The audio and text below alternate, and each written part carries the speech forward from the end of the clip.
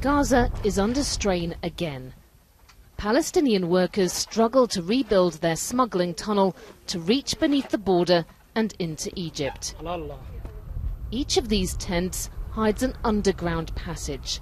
For 6 years they were used to avoid Israel's import restrictions, tightened after its sworn enemy, the Islamist group Hamas, came to power here.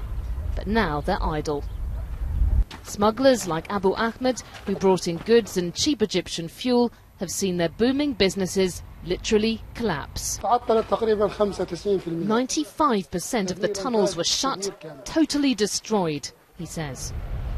It's Egypt's military across the border that's taken action as it fights Islamic extremists in the Sinai region. As armed militants attack strategic Egyptian targets, Hamas is accused of supporting them because of its close ties to Egypt's ousted president and his Muslim Brotherhood movement. Hamas denies it's involved. Now all Palestinians trying to exit Gaza through its main Rafah crossing point find it much more difficult. Egypt's authorities limit numbers, saying they're worried about security. Yusuf is one of many travellers who's stuck. He's trying to reach the UK, where he's got a scholarship at Oxford University.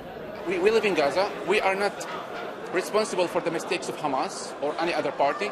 So why we are being punished collectively? This is the question. Life in this crowded coastal strip has got tougher as the government's found itself on the wrong side of events in the Middle East. Not long ago, Palestinians here and their Hamas leaders hoped to benefit from the new regional order emerging from the Arab uprisings. It looked like they'd bring in more sympathetic Islamist governments. But now that's changed, and Gaza actually feels more isolated than it did before.